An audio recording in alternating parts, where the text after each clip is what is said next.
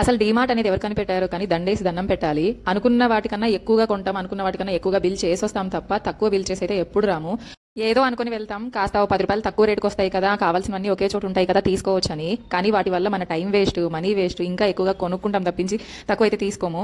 పిల్లలు వచ్చారంటే నాకు అది కొనివ్వు ఇది కొనివ్వు అని అడుగుతారు. మనం బార్గెన్ చేసే ఛాన్స్ కూడా అక్కడ ఉండదు. సో వీకెండ్ వచ్చిందంటే మరీ ఘోరం. మనకు సెలవు దొరికేదేమో శనివారం ఆదివారం, అప్పుడేమో లిస్ట్ అంతా పెరబెట్టుకుని మరీ వెళ్తాం. ఆ టైంలోనే అందరు ఎక్కువగా వస్తారు. ఆ క్రౌడ్ని చూసి ఇంకా వెనక్కి వెళ్ళలేము, అలా అని అక్కడే ఇరుక్కుపోలేము. అదొక మహావలయంలా కనబడుతుంది నాకైతే.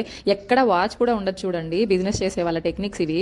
నా కూతురు బాక్స్ కొనిచ్చానని ఓ తెగ సంబరపడిపోతుంది. ఆ బాక్స్ కాస్ట్ 170 రూపాయలు. మా అమ్మని నా చిన్నప్పుడు 10-20 పెట్టి బాక్స్ కొనిస్తేనే విరిగిపోతే ఇంకోసారి అసలు కొనిచ్చేది కాదు.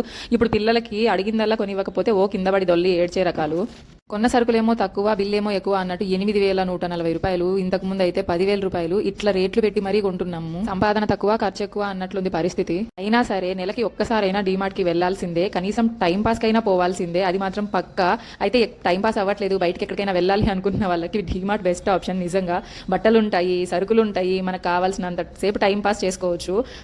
చెప్పులు, హెయిర్ క్లిప్స్ అలాంటి ఐటమ్స్ అన్నీ కూడా ఒకే చోట దొరుకుతాయి కాబట్టి మనకి ఏ టైంకి వచ్చాం ఏ టైంకి వెళ్ళిపోతాం అనేది కూడా తెలియదు. అయితే నేను ఇప్పుడు డీమార్ట్కి వెళ్ళినా ఒక టైం అయితే పాటిస్తా. మధ్యాహ్నం భోజనాలు అయిన తర్వాతనే వెళ్తాం. ఎందుకంటే రాత్రి 8 గంటలకి ఇంటికి వచ్చినా మాకు బాధ ఉండదు.